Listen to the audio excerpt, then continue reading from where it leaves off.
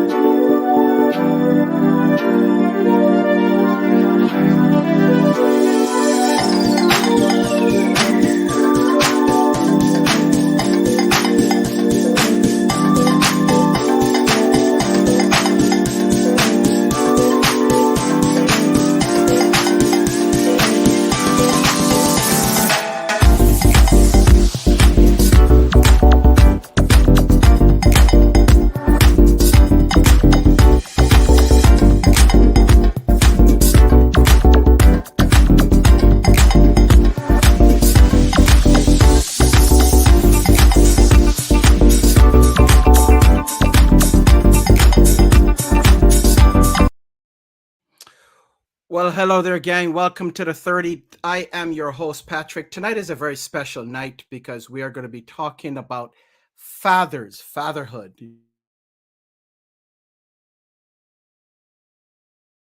Sunday.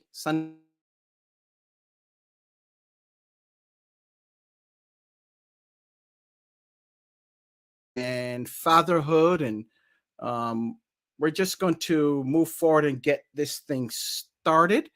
Let me see. Who am I going to bring on first? By the way, if you have any questions, make sure that you drop them in the chat. We are streaming live to Facebook, LinkedIn, as well as YouTube. If you are checking it out on YouTube under the Jackman Group LLC, at the Jackman Group LLC on YouTube, make sure that you subscribe to the channel and like this episode, and of course hit the bell so that you can be notified when we are streaming to YouTube. All right, let's start. I'm going to go all the way out west, northwest that is, and I'm going to welcome in a good friend of mine from Seattle, Washington. You know him as the Virtual King. He does everything virtual. I'll let him show you his setup. John Chen, welcome to the 30, sir. Come on, everyone, give it up to the one and only Big Daddy Patrick Jackman. All right, John. How many monitors do you have there? I think you were telling Dave you had about 12 or 14. I've got 14 if you don't count iPads and iPhones. Oh, Jesus. You're just out of your mind. All right, here's another guest. We have another father all the way from Florida, David Marco. David, welcome to the 30. Hey, Patrick. Thanks for having me back. Oh, not a problem. Not a problem. John and David, let's see. Should I bring mine out? Yeah, I'm going to bring mine out in first. We're going to go across the pond, right? If you know when I said across the pond, we're going to go to England. And welcome, Mynell. Mynell, welcome to the 30. Thank you so much for inviting me. I was really thrilled when you messaged me earlier this evening. Delighted to be here. It's not the evening anymore in England. It's now the night time as we're hitting just past the 12:30 at night. But fortunately for you and for everybody, I don't go to bed till about 2 o'clock. So we're good. So you get the prize of being the furthest of all of us. I thought John was far, but Mynell, you are over the pond and beyond. So, if I look at my window and turn left, I do get to see the sea.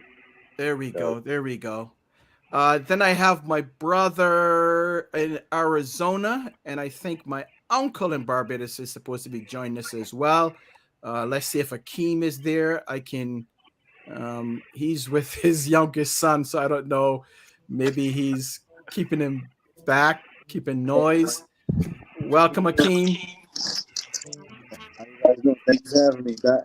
Oh, you are welcome. You are welcome. So we're talking fathers. We're talking fatherhood. Let's talk about your experience. John, with you, how many kids do you have? I've got 3 kids, Patrick. They are 25, 23, 21. Okay, wow. So I'm empty nested now at an amazing part of my life. There we go. There we go. So if we look at a definition of fatherhood, right? I posted that earlier as a reminder for the show. And part of it, if you look at what we said about fatherhood, fatherhood is about what? Fatherhood is defined as a male or parent or caregiver who contributes to the biological or social upbringing of a child. Fathers play a significant role in the child's life, serving as a role model, mentor, and source of emotional and practical support. So let's go to David. David, what about you? How many kids do you have? I know this, but let our viewers know. Sure. So I have one little girl. She's 7 years old. She will be 8 in September. And yeah, so just got the one little girl. Keeps me busy and keeps me young. Awesome. Great, great, great. And I know David, just in terms of transparency, my wife and I attended David and Jamie's wedding. So that was fantastic. So David is family. And now? Thank you.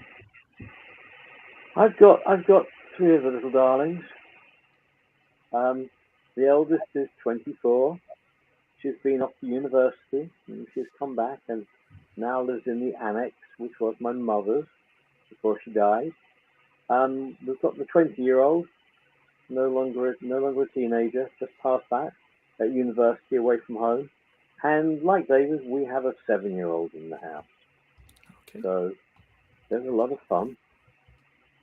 Great, great. So let's talk about fatherhood. And by the way, we'll have some other guests drop in and out as we go through the course of the evening.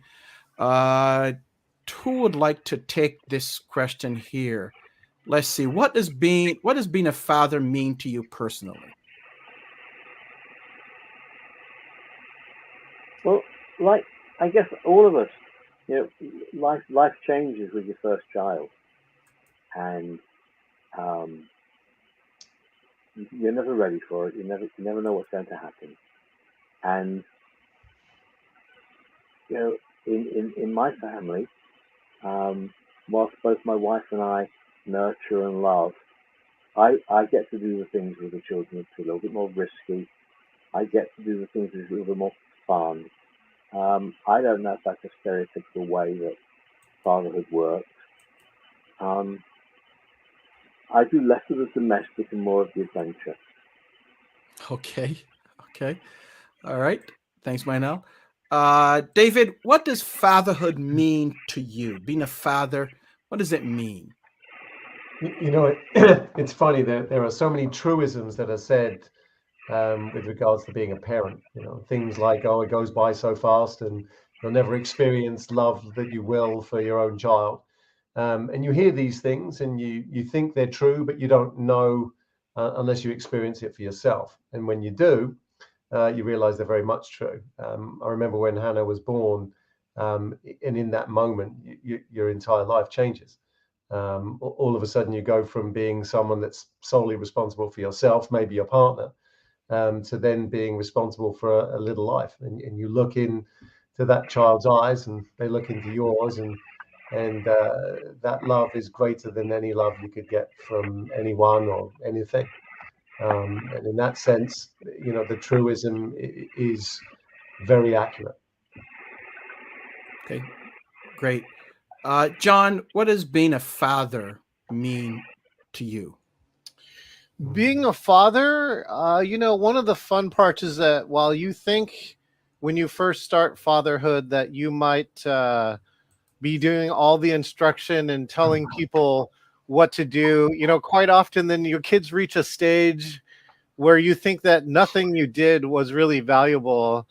But what's great is as the kids get older, again, I'm kind of in this later stage now, you suddenly realize what rubbed off and what didn't rub off. And I actually want to share a little video here. My youngest here competed in his first bodybuilding competition. Let me just show you 30 seconds of his result here. Here we go.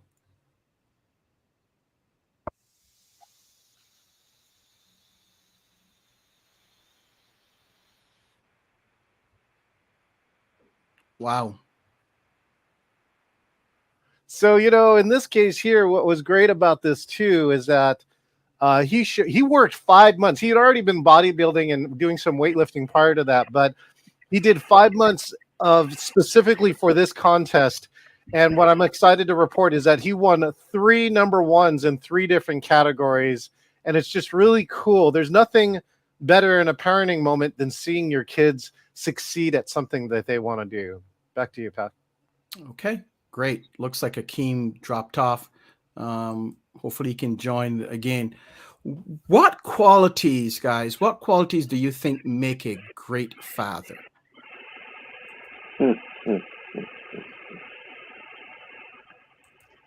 What qualities make a great father? And David, I'm going to go to you. Okay. I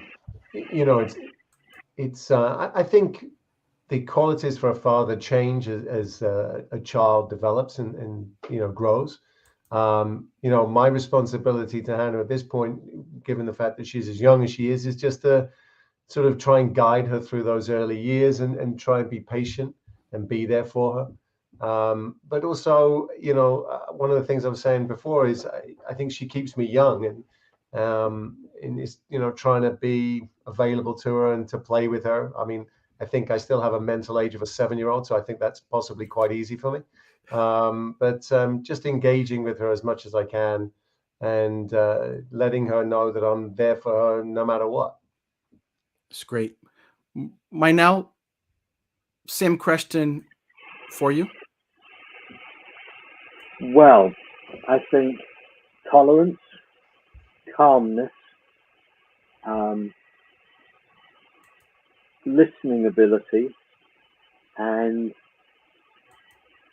the desire to do good, I think are essential parts of fatherhood.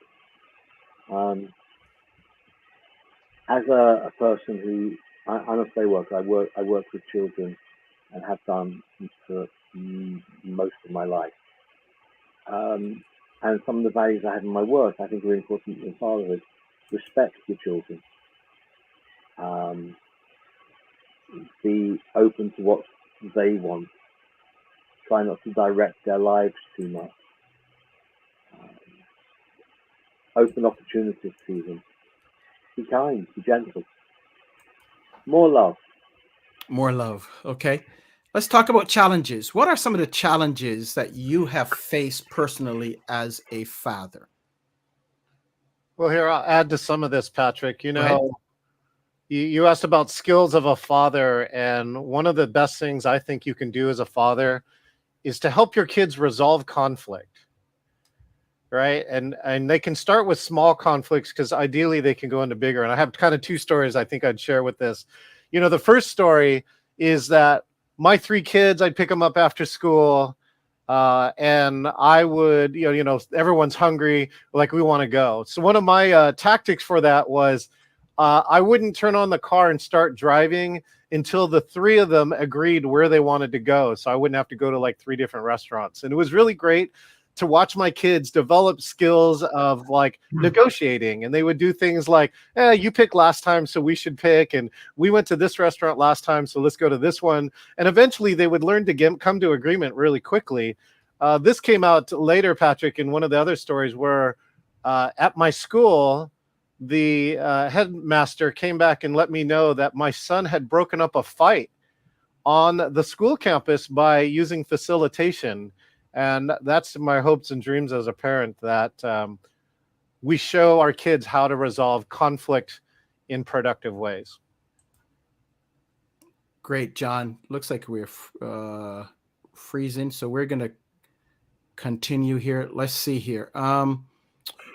What about, can you share any of your funny stories or heartwarming stories about your experiences as a father? What are some of the things that you have gone through that you like to share that's pretty funny? Well, when my eldest daughter went off to university, she'd ring home for a chat and everything. She'd answer the phone, you go, hi, how are you? But, by the time she finished the first year and she was into her second year, I learned there's a different way to answer the phone, which is, how much?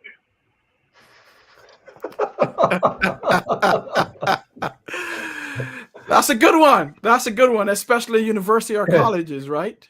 That's good. David, I think Hannah is the youngest. The children Maynell was saying that he has a 7-year-old at home as well. What he's telling me is in about 11 years or so, I've got to start learning how to answer the phone in a different fashion. But I'll start working on that. In 11 years, you won't have to answer a phone, David. And there's, Daddy, can you come and get me? Yeah, I can see that too. I've seen that with my nieces and nephews, where we've certainly gone on rescue trips to get them out of all kinds of interesting issues. But I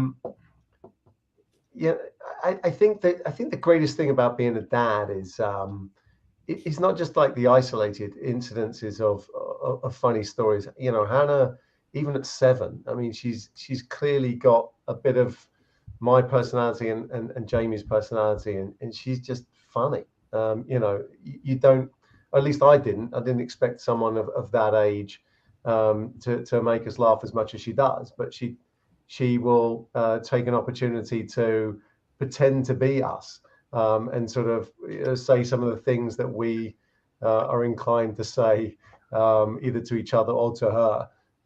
But she'll dress up, she'll be silly, and she brings a lot of comedy to the house, and it makes it so much more of an enjoyable experience. It's not just about having that responsibility as a parent and being a father, but you've got someone that is truly part of the entertainment of the household. That's wonderful.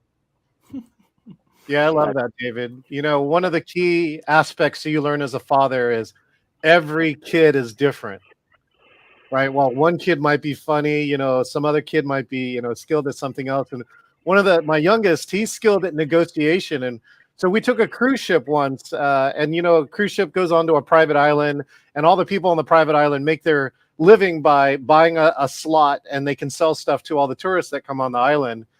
Well, they're pretty aggressive negotiators, but I discovered my son was a really aggressive negotiator when he came back, and they wanted to charge him for $25 at the beginning. By the time we left the island 5 hours later, he bought it for $2, and most of the other places would not deal with him. They would not do business with him. So that's one of the funny stories from my kids. What do you think is some of the most valuable lessons that you can pass on to other dads from what you've learned? Sure, I'll start off with this one, Patrick, which is, I think the most valuable lesson that I got is what you think they need and what they actually need is really different. And so when I grew up, it was kind of command and control as a dad. And by the time I'm sitting here in my seat, it's more, right, facilitate and listen, right? And that's really seems to be what is my valuable lesson I could pass on to other dads at this stage is, I think it's important for me and important for my kids to support them on whoever they're going to be, no matter what they're going to be. Great. Awesome. Let me welcome my uncle all the way from the beautiful island of Barbados, AJ, Alpha Jackman. Alpha, would welcome.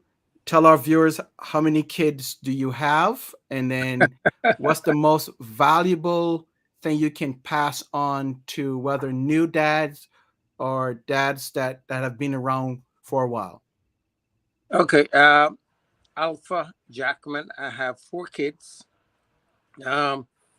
Just want to mention, since it's Father's Day, that my dad had 21 kids.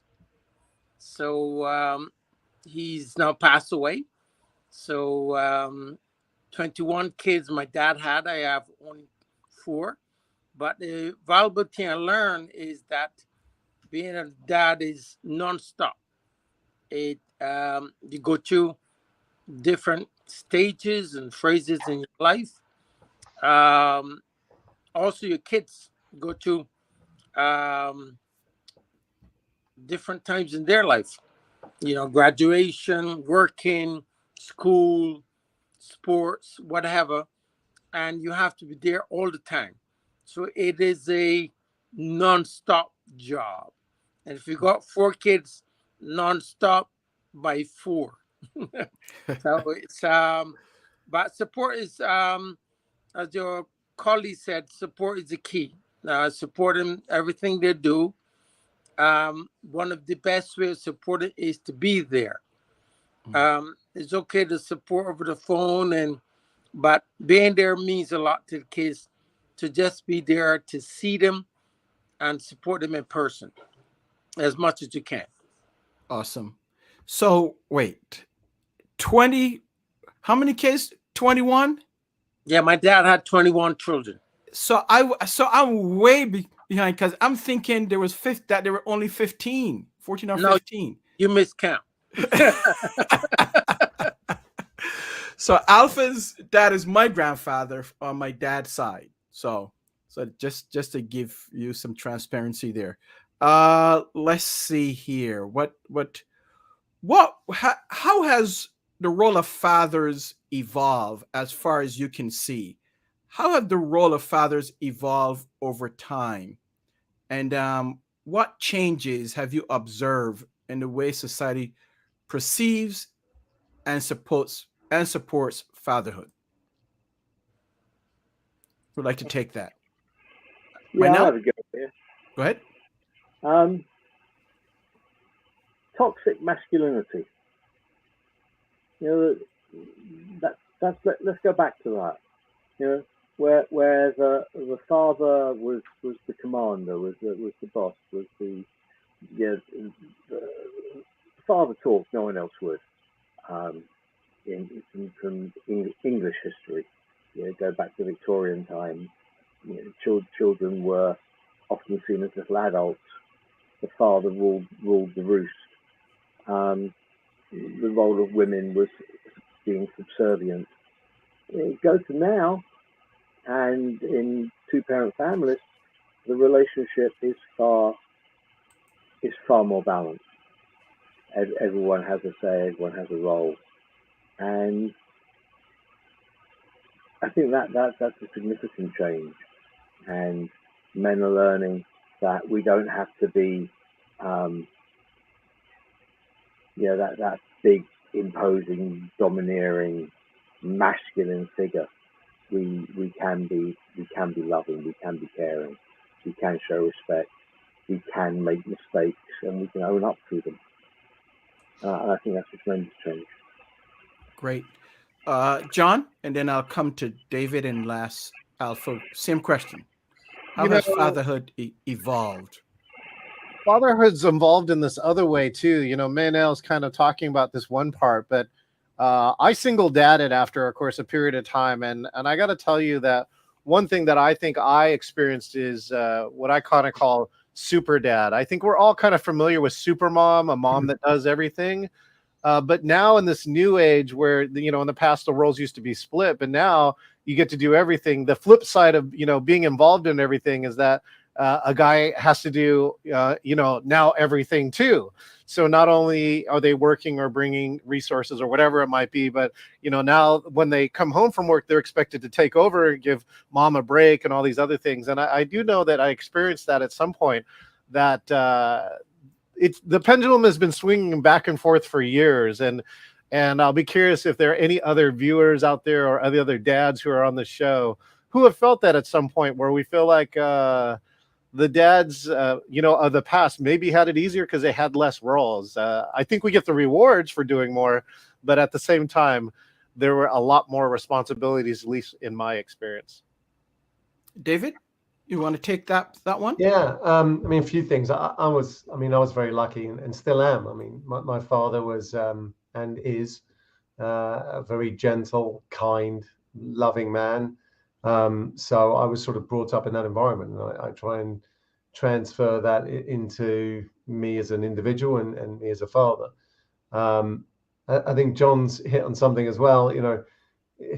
The challenges of fatherhood now are that there is the need to balance everything that we do during the day at work, and then try and do as much as we can, when we get home and on the weekends.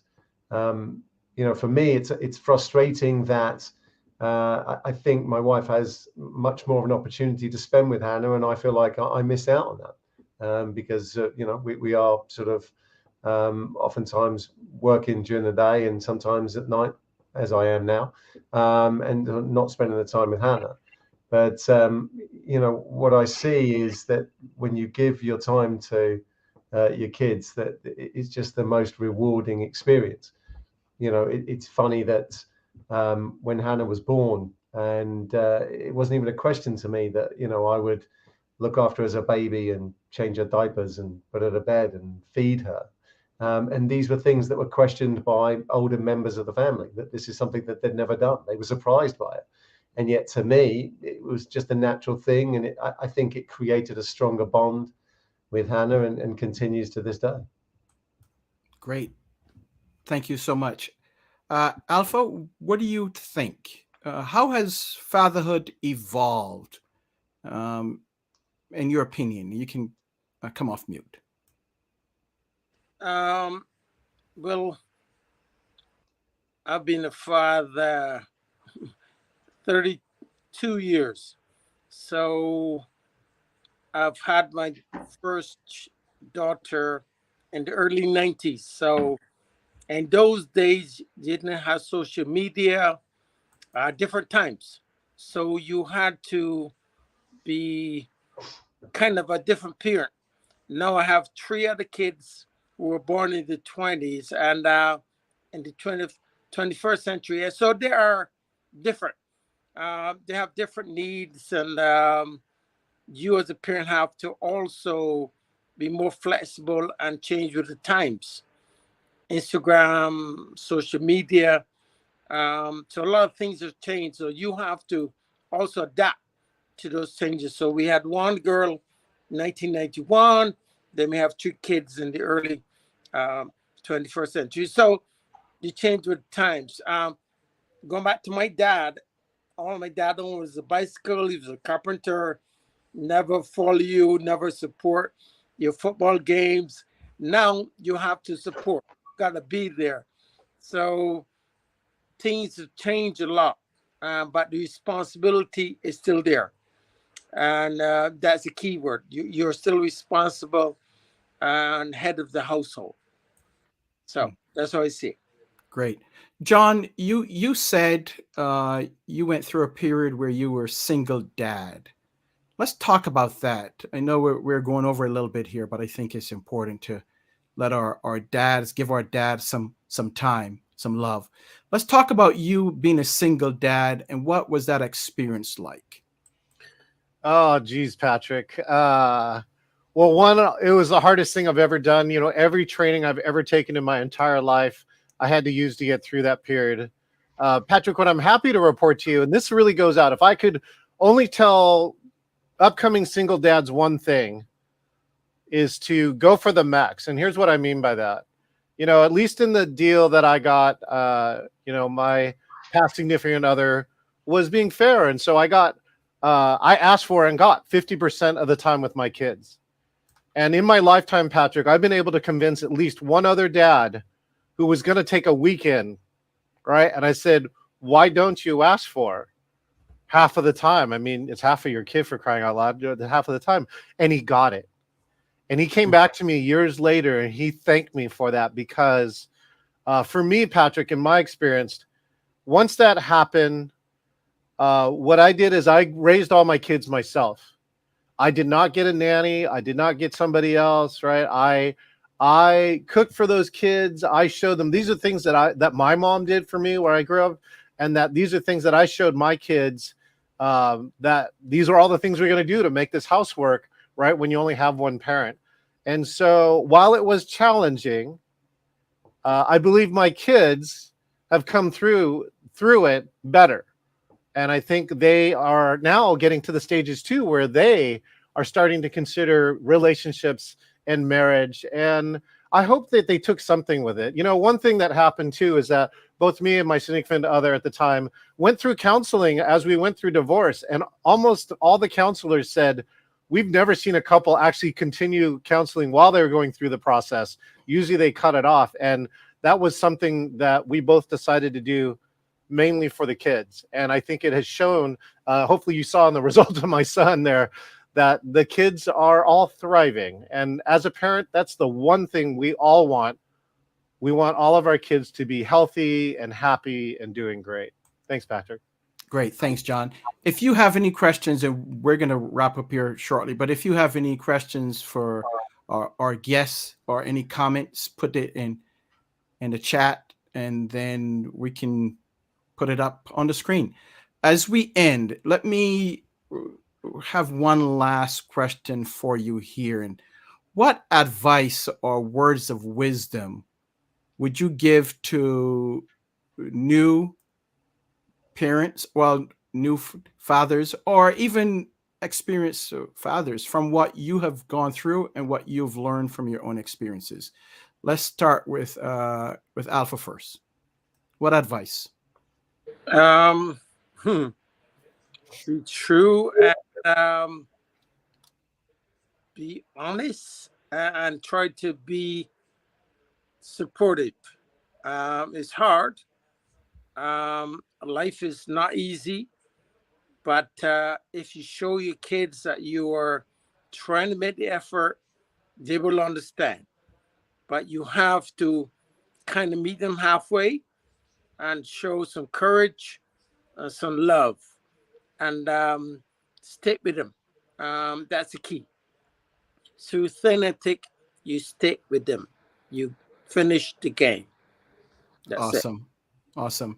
And you have some dynamic kids. Your oldest daughter, Sadia, she was, I think, Miss Barbados, or yeah. Right? She was in that. Yeah, she was contestant. She came first runners up in Miss Barbados World, and she represent the island in Miss Caribbean, and she's successful. She's a great mom. My son AJ is a pilot, just graduated in April to be a pilot in Canada. And then my 17-year-old just turned 17, Christopher. He will represent Barbados in golf, the Caribbean Amateur Junior Golf Championship in Caymans. And they also pick him to represent the island in the Caribbean Amateur Championship. So he'll be playing against hard batman, as we say, based in term, at the end of July. And then there's Sky, who's my princess. She's doing her CSCs and stuff. So 4 great kids, but I got to thank my wife for supporting me as well and supporting kids, because she's also come a long way. And we as a couple has come a long way, as a family. Great.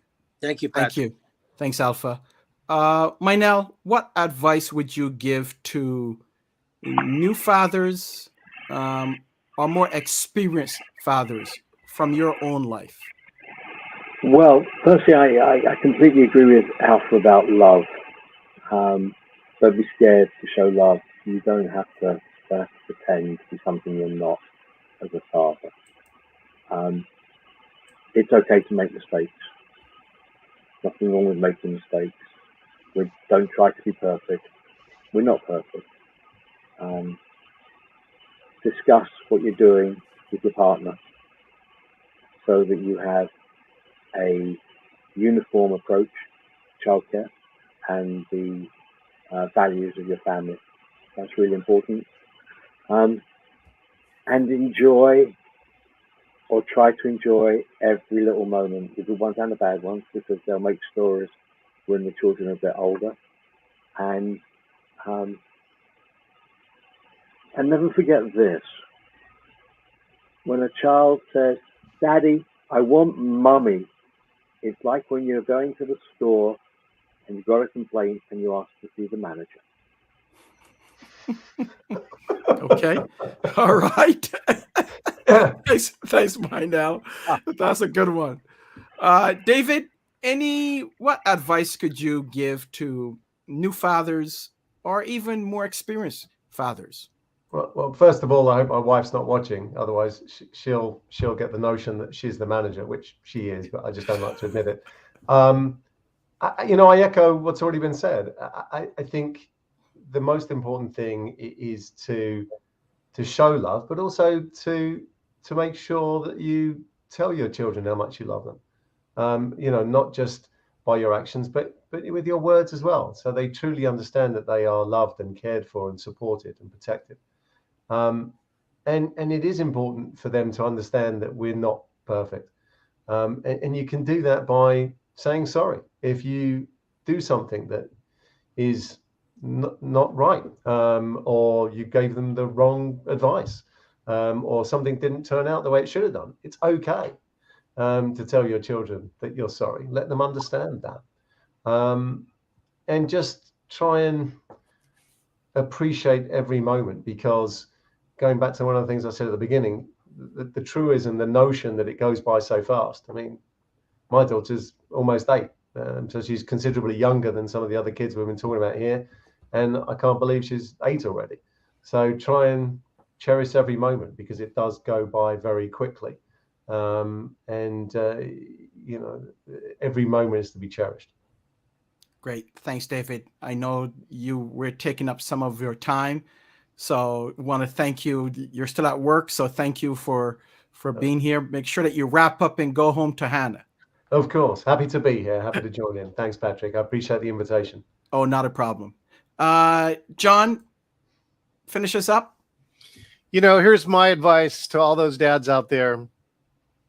When it's good, just let it be good. All right. Don't mess it up as a dad. Just let it be good. And sometimes you got to recognize what those good moments are. There's sometimes the easy ones, like when somebody wins a contest or performs in a show. But sometimes they're just the times when you're sitting outside, or you went fishing, or you're camping, and there's nothing going on, but you're just with your kids. Sometimes that's the good stuff. And my challenge to the dads there, that's something you want to take on this Father's Day. See if you can slow down and recognize what one of those good times for you and your kids is. Thanks again, Patrick. Great. All right, guys. Thank you so very much for being here. This is fantastic. We're going to try to do another one, probably Father's Day. So if you would like to be on the next show, make sure that you drop me a line as we celebrate our dads, as we celebrate Father's Day. We know mothers. I tell my wife, when we go to make reservations for Mother's Day, all the restaurants are overbooked, right? Everything is sold out. It's overbooked. You can't get in, and they have a Mother's Day brunch early, 12. Yeah. Father's Day come, it's still the same restaurant, opens at 5 o'clock, 4 or 5 o'clock. Yeah.